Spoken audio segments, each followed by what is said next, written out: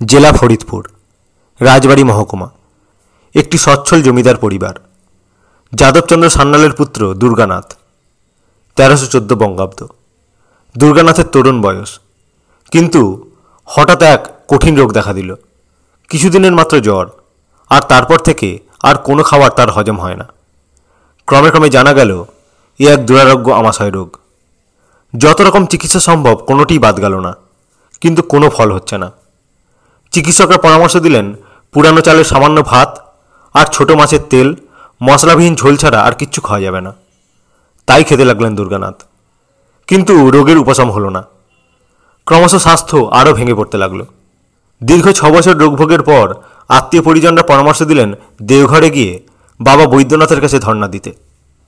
বৈদ্যনাথ, বৈদ্য অর্থ ডাক্তার। কথায় বলে সেখানে শিব নাকি সর্বরোগহার, তাই নাম বৈদ্যনাথ। তাই মেনে নিলেন দুর্গানাথ। পাওয়ার রোডের ডক্টরস লজে একটি ঘর ভাড়া করা হলো। প্রতিদিন সকালে বিকেলে বৈদ্যনাথ মন্দিরে ধর্ণা দিয়ে পড়ে থাকেন তিনি। তবে আমাশয় রোগ বেড়েই চলল। একটা সময় ধীরে ধীরে শরীর ফুলে উঠতে শুরু করলো। গভীর নৈরাশ্যে ছেয়ে গেল অন্তর। এভাবেই বুঝি অবসান হবে মানব জন্মের। গভীর রাতে একদিন একটা স্বপ্ন দেখলেন দুর্গানাথ। এক দীর্ঘকায় গৌরবর্ণ উপবিদধারী ব্রাহ্মণ বলছেন, ভয় নেই রে, বাড়ি ফিরে যা। তোর এই রোগ বাড়ির কাছে ঠাকুর অনুকূলচন্দ্রের কাছে গিয়ে নাম করলে সারবে। এ কি অদ্ভুত স্বপ্ন! পরদিন সকালে মন্দিরে গিয়ে তার তীর্থগুরু দেবীপ্রসাদ পাণ্ডাকে জিজ্ঞাসা করলেন দুর্গানাথ, বাবা বৈদ্যনাথের আদেশ কিভাবে পাওয়া যায়? অভিজ্ঞ পাণ্ডা এটুকু শুনেই অল্প আন্দাজ করতে পারলেন ব্যাপারটা। পাণ্ডা বললেন, কেন, কোনো স্বপ্ন দেখেছেন কি? দুর্গানাথ তার গতরাতে স্বপ্ন বৃত্তান্ত বর্ণনা করলেন। অভিজ্ঞ সেই পাণ্ডা বুঝলেন সর্বরোগহর বৈদ্যনাথই তাকে স্বপ্নে নির্দেশ দিয়েছেন প্রভুর নতুন নররূপ, জরা ব্যাধি মরণনাশা পরম প্রিয়ময় রূপের আশ্রয়ে যেতে। আশা নিরাশায় দোদুল্যমান হয়ে নিজ গ্রাম নাজিরপুরে ফিরলেন দুর্গানাথ সান্যাল। এত কিছুর পর এই অসহ্য রোগের শেষ হবে কিনা ঘরের কাছে নিতান্ত তরুণ অনুকূলচন্দ্রের কাছে? সে কি সত্যি মহাপুরুষ? কেউ কেউ অবশ্য তাকে ঠাকুর বলে বটে, কিন্তু মনের সংশয় থেকেই যায়। আবার স্বপ্নাদেশও তো অগ্রাহ্য করতে পারা যায় না। ঠাকুরের পার্ষদ অনন্তনাথের অগ্রজ অন্নদা রায়, তিনি ছিলেন দুর্গানাথের বন্ধু। তাকে সঙ্গে নিয়ে অনুকূলের বাড়ি যাবেন ভাবলেন দুর্গানাথ। কাশীপুর গ্রামে অন্নদার বাড়ি। সেখানে গিয়ে দেখেন অনুকূলচন্দ্র সেখানেই উপস্থিত। অনুকূল আর অনন্ত দুই বন্ধু তখন একসঙ্গে বসে বসে চিড়ে আর খাগড়াই খাচ্ছেন। দুর্গানাথকে দেখেই অনুকূলচন্দ্র উঠে পড়ে আনন্দে জড়িয়ে ধরে সোল্লাসে বললেন, এই যে দুর্গাদা এসেছেন। এই বলে তার মুখে মুঠো করে চিড়ে আর খাগড়াই দিতে থাকলেন। দুর্গানাথও খেতে থাকলেন বিস্ময়াবিষ্ট হয়ে। এসব দেখে অন্নদারায় ধমকে বললেন অনুকূলচন্দ্র আর ভাই অনন্তকে, তোরা করছিস কি? দুর্গাদার আমাশায় শরীর ফুলে মরতে বসেছে, আর তোরা তাকে চিড়ে আর খাগড়াই খাওয়াচ্ছিস? ওকে মারবি নাকি? বকুনি খেয়ে অনুকূল ও অনন্ত চিড়ে খাওয়ানো বন্ধ করল। অনুকূলচন্দ্র এরপর বাড়ির দিকে রওনা হলেন। দুর্গানাথের মনে হলো স্বপ্নাদেশের ব্যাপারটা আগে অনন্তকে জানাবেন। তাকে বললেন একবার 3টে নাগাদ নাজিরপুরে তার বাড়িতে আসতে। তদনুযায়ী অনন্তনাথ দুর্গানাথের বাড়িতে গেলে তাকে নিয়ে বাড়ির কাছে পদ্মা তীরে এলেন দুর্গানাথ। সেখানে বসে বাবা বৈদ্যনাথের স্বপ্নাদেশের কথা বিস্তৃতভাবে জানালেন তাকে। মহাসাধক অনন্তনাথ তখন ধীরে ধীরে শ্রী শ্রী ঠাকুরের সতনাম সাধনা এবং তৎপ্রদত্ত নামজপের সুগভীর তাৎপর্য দুর্গানাথকে বুঝিয়ে বললেন। পরদিন সকালে ঠাকুর অনুকূলচন্দ্রের কাছে তাকে নিয়ে চললেন অনন্তনাথ। যাওয়ার পথে দুর্গানাথ বললেন, কুলগুরুর মন্ত্রে একবার দীক্ষা নিয়েছি, আর কিন্তু দীক্ষা নিতে পারবো না। হিমায়তপুরে ঠাকুরের বাড়িতে পৌঁছানোর পর জননী মনমোহিনী দেবী অত্যন্ত আদর করে বসালেন তাকে। অনেক আশা ভরসা সান্ত্বনা দিয়ে দুপুরে সেখানে খেয়ে যেতে বললেন।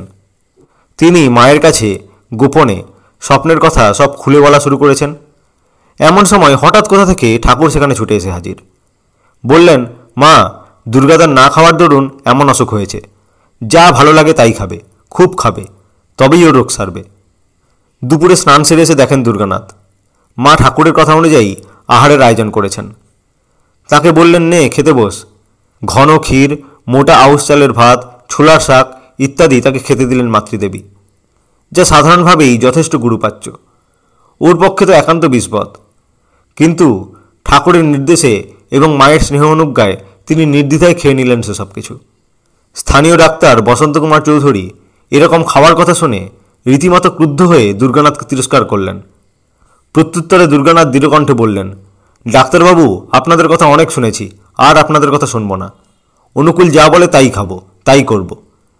জননী মনমনি দেবী বললেন, আমার একটা টোটকা জানা আছে। সকালে খালি পেটে উঠে খেতে হয় 3 দিন। সুতরাং মায়ের আদরে ঠাকুরের আশ্রয় কাটল 3 দিন।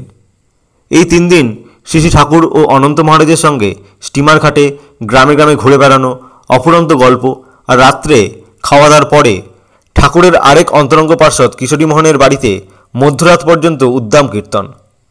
6 বছরের দুরারোগ্য ব্যাধি কোথায় যেন উধাও হয়ে গেল দেখতে দেখতে। স্বপ্নাদেশ সফল হলো, শরীরের রোগ মুক্তি তো হলো, কিন্তু মনে আরেক রোগ এসে বাসা বাঁধল। সে রোগের নাম অনুকূল প্রেম। এই রোগের হাত থেকে পরিত্রাণ পাওয়ার পরিবর্তে পুরোপুরি তাতেই মগ্ন হয়ে যেতে চাইল সত্তা। প্রায় রোজই সকালে বিকালে দুবেলা অনুকূল দর্শন না হলে আর মন মানে না দুর্গানাথের। দিন 10-12 পর একদিন সারাদিন একবারও যাওয়া হয়নি হেমায়তপুর।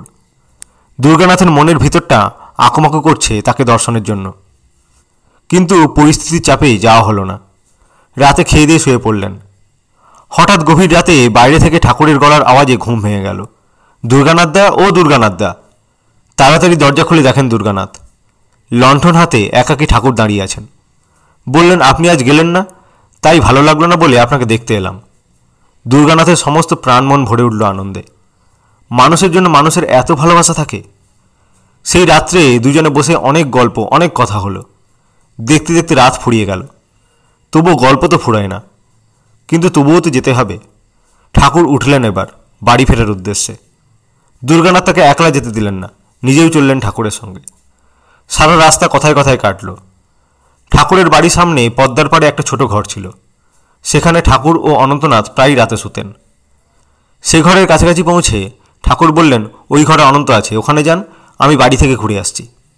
এই বলে ঠাকুর বাড়ির দিকে গেলেন।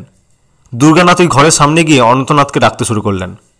দরজা খুললেন অনন্ত, এবং যৎপরনাস্তি বিস্ময়ের সঙ্গে দুর্গানাথ দেখলেন ঘরের মধ্যে অনন্তর পাশে দাঁড়িয়ে ঠাকুর অনুকূলচন্দ্র। কি আশ্চর্য! দুর্গানাথ কোনো মতে বললেন, কে তুমি? তুমি কি করে এলে এখানে?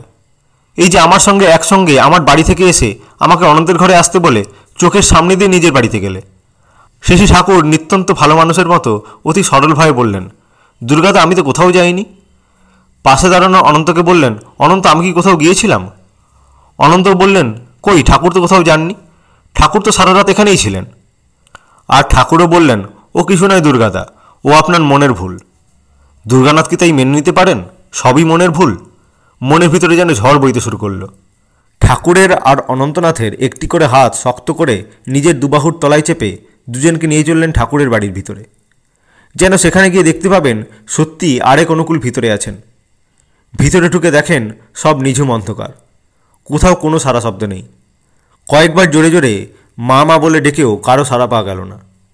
বিবশ হয়ে এলো তার সর্বশরীর। লুপ্ত হলে যেন জাগতিক সমস্ত বোধ। সম্মুখে দাঁড়িয়ে আছেন এ কোন মহা অস্তিত্ব। আছড়ে পড়লেন দুর্গানাথ শ্রী ঠাকুরের পায়ে। অস্ফুট স্বরে বলতে লাগলেন, আজ থেকে তুমি আমার কালী, দুর্গা, গৌর, কৃষ্ণ সবই। তুমি দয়া করে এই অধমকে তোমার শ্রী পাদপদ্মে আশ্রয় দাও।